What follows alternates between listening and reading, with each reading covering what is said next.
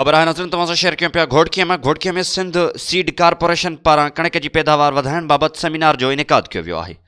यूनिस भुट्टो जी report मुताबिक़ Sindh seed corporation पारां कणिक जी फसल में वधीक पैदावार हासिल करण बाबति घोड़कीअ में खुशहाल हारी खुशहाल सिंध खुशहाल पाकिस्तान जे उनवान सां सेमिनार मुनक़िद कयो वियो। सेमिनार जो मेहमान ख़ास सिंध सीड कारपोरेशन हैदराबाद जो MD डॉक्टर एजाज़ आगा हो। सेमिनार में farm manager Mir Mohammad Kulachi, people's city जो सदर सैयद रिजवान शाह जिलानी, मोहम्मद खालिद, जमालदीन कलादी, खादिम हुसैन खोसो, अहमद अली कलादी, अली अब्बास खोसो, कादिर बख्श ट्रगड़, एहसानुल्लाह कलादी समेत वॾे अंग में आबादगरनि ऐं हारियुनि शिरकत कई। उन मौक़े ते ज़रई माहिरनि डॉक्टर एजाज़ अली आगा, मोहम्मद खालिद ऐं ॿियनि कणिक जे फसल मां वधीक पैदावार हासिल करण बाबति ॼाण ॾिनी। उन मौक़े ते सेमिनार खे ख़िताब कंदे डॉक्टर एजाज़ अली आगा चयो त असांजो मक़सदु आहे कणिक तोड़े ॿियनि फसलनि मां आबादगार वधीक पैदावार हासिल कनि।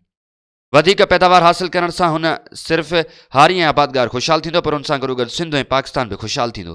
हुन चयो त पूरे सिंध में सिंध सीड कारपोरेशन जी 7000 एकड़ ज़मीन आहे, हुन मां रुॻो 3000 एकड़ ज़मीन आबाद आहे।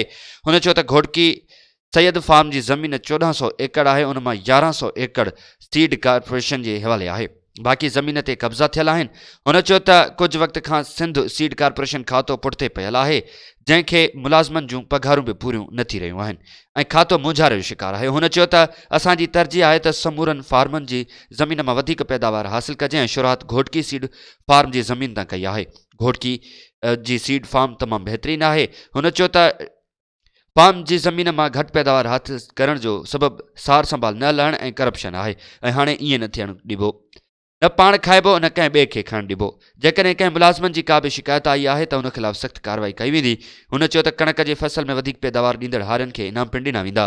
सेमिनार दौरान हारियुनि जे फसल में वधीक पैदावार हासिल कंदड़ हारियुनि खे सिंध सीड कारपोरेशन खाते पारां मञता एवॉर्ड पिणु ॾिना विया।